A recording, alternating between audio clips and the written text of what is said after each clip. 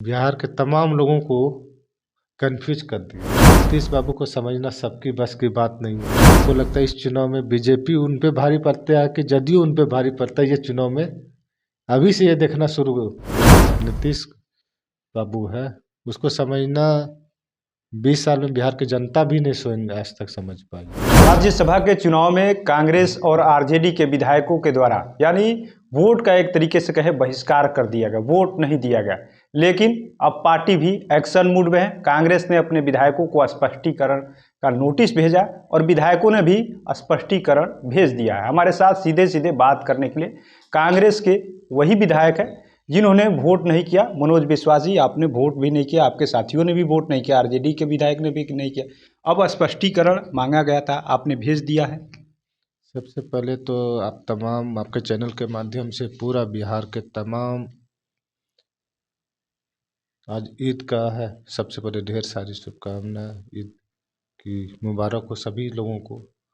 और आप देखे होंगे कि 18 तारीख को पार्टी के द्वारा हमें नोटिस दिया गया था और हम 19 तारीख को हम उसकी जवाब बना के दे दिए। पूरा चुनाव के दरमियान में जो मेरे साथ में जो समस्या आई थी, सारा चीज़ को अनुशासन समिति के अध्यक्ष हमारे कपिल देव यादव जी, उनको भेज दिया और उनसे बात भी हम किए हैं। पार्टी के सम्मान में हमने ये डिसीजन लिया था और पार्टी जो भी निर्णय लेगी हम उसको सहज से स्वीकार कर लेंगे।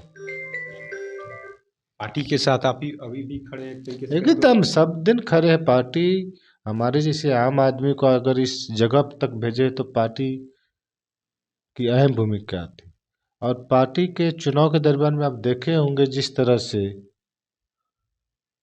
हम लोग असहज महसूस कर रहे थे और हमारे नेता के साथ भी भेदभाव किया गया था। तो हमें लगा हम फर्स्ट बार चुनाव जीत के हम आए थे, हमें लगा जब हमारे दल का नेता का ही सम्मान नहीं है तो इसलिए हमें वोट नहीं देनी चाहिए थी। बस यही सेम चीज़ हम बना के भी भेजे हैं। बाकी हमारे जो प्रदेश नेतृत्व है और केंद्र के जो नेतृत्व है जो तय करेंगे उनको सहज से स्वीकार करें। पार्टी कार्रवाई करती है तो राहुल गांधी के आप वफादार सिपाही की तरह काम करेंगे? एकदम काम कर भी रहे हैं और करते रहेंगे, ये सच्चाई है। कहीं से कोई किंतु परंतु नहीं? कहीं कोई किंतु परंतु नहीं है। कहीं जाने का कोई ना ऐसा कहीं दूर दूर तक कयास नहीं लगाया जा सकता है। हम लोग जहाँ है मजबूती के साथ, और हम लोग नए जीत के आए थे और हमको लगता है कि इस चुनाव में अगर हम लोग का कोई मार्गदर्शन रहते तो सच्चाई है कि जानकारी का अभाव के चलते भी ये कदम उठा है। अगर कोई अच्छे लोग इसमें अगर पहल करते, अगर हम लोग को बताने वाला आदमी होते इसकी महत्व क्या है, तो कहीं न कहीं इस पर मुख्यमंत्री नीतीश कुमार लगातार 20 वर्षों से गांधी मैदान पहुंचते थे ईद के मौके पे। इस बार नहीं पहुंचे, निशांत कुमार पहुंचे, अशोक चौधरी पहुंचे, इसके अलावा कई नेता पहुंचे।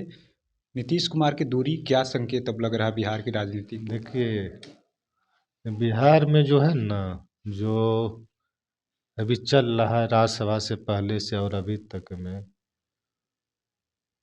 समृद्धि यात्रा तक में बिहार के तमाम लोगों को कंफ्यूज कर दिया। और आज जो हुआ है गांधी मैदान में, आप देखे होंगे कि इसके पीछे भी कई तरह की कयास लगाई जा सकती है। नीतीश बाबू को समझना सबकी बस की बात नहीं है। हमको लगता है इस चुनाव में बीजेपी उन पे भारी पड़ता है कि जदयू उन पे भारी पड़ता है। ये चुनाव में अभी से ये देखना शुरू हो गया है। कई तरह का पर डे न्यूज आ रहा है, आज फलना नेता का नाम आ रहा है, कल उसका नाम आ रहा है। समय का इंतजार कीजिए, देखिए क्या होता है। निशांत की तस्वीरें हर जगह दिख रही हैं। मुख्यमंत्री की कुर्सी जो होती है हर जगह निशांत बैठ रहे हैं। अब इसका संकेत क्या हो रहा है? उधर मुख्यमंत्री जी अलग अलग नेताओं को आगे बढ़ा रहे, करे कि हम आगे बढ़ा रहे हैं।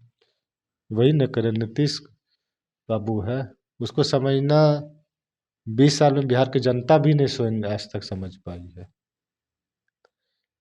तो और इंतजार कीजिए, 10 से 15 दिन में सारा चीज़ सामने आ जाएगी।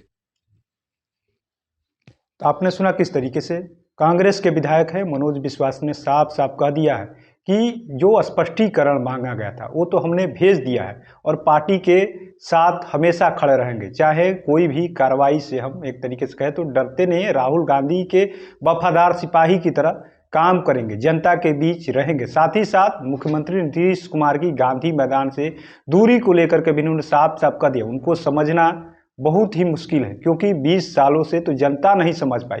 अब निशांत को लेकर के कई तरह की अटकलें हैं, मुख्यमंत्री अलग अलग नेताओं को आगे बढ़ा रहे हैं, कभी सम्राट चौधरी, विजय सिन्हा, लेकिन कई तरह के सवाल हैं। ऐसे में अभी इंतजार करना होगा कि आने वाले समय में बिहार की जो गद्दी है उसकी चाबी किसके पास जाती है। NBC 24 के लिए पटना से कृपा शंकर।